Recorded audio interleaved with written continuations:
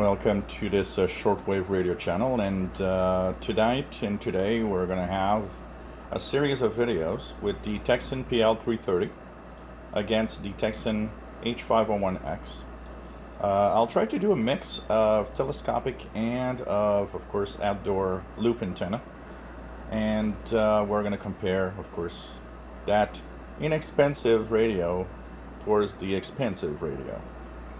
But I wanted to talk about battery life. So I didn't have a perfect idea of battery life on the Tecsun H-501X yet, although I was thinking that it might be consuming a lot of power. Well, yesterday was the real test. I actually used only one battery and I let it go until it stopped working.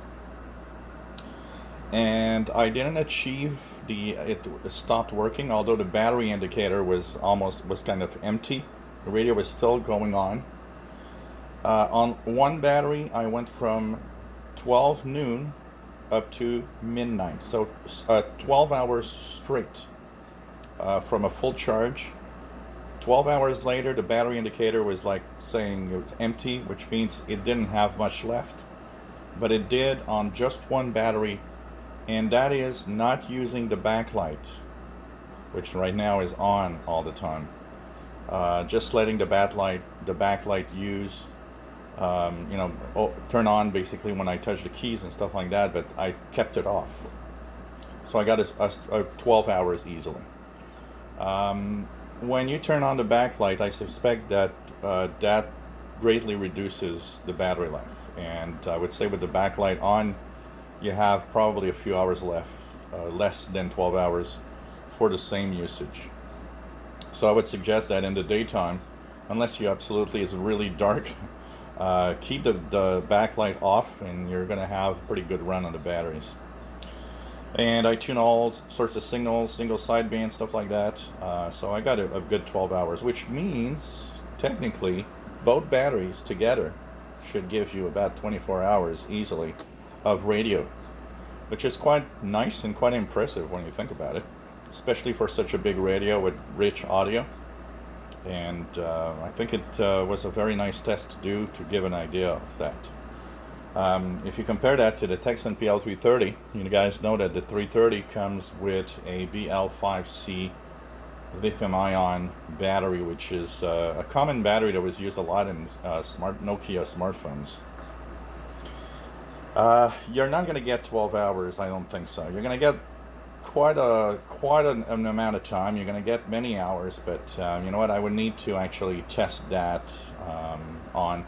I will actually, so the radios have been turned on about an hour ago, so maybe I could look at the battery indicators and in 6 hours see with the light on all the time, if the PL-330 could live up to the H-501 and the battery life. Of course, the H-501 has two batteries, which greatly improves. It means once the battery's dead, you can actually switch to the next battery, which is a very nice system. And for the rest, of course, we're going to continue comparing the radios and talking about them, including the PL-330. It's kind of nice to see that a little radio like the PL-330 really keeps its ground compared to the H-501X.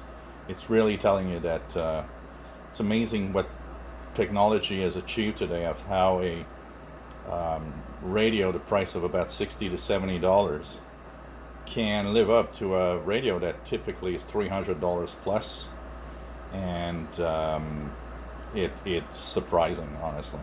So of course, videos coming up comparing different signals, both AM on shortwave international broadcast band, also on single sideband, and maybe a little bit of medium wave later on tonight when the medium wave signals propagate. Could be some fun thing to do here. So I hope you'll enjoy that series of videos I'm going to post today. It's going to be a lot of fun to play around with radios once again. Kind of a lucky guy here, I can say that. So if you have any questions, if you want to have any radios that want me to compare together, or if you want me to compare the H-501X with something else, or the PL-330 with another, don't hesitate to write in the comment below, and I'll do my best to, if I have the radios, of course, I'll do my best to make these tests. If you enjoy my videos, please subscribe, give us thumbs up. Thank you for watching.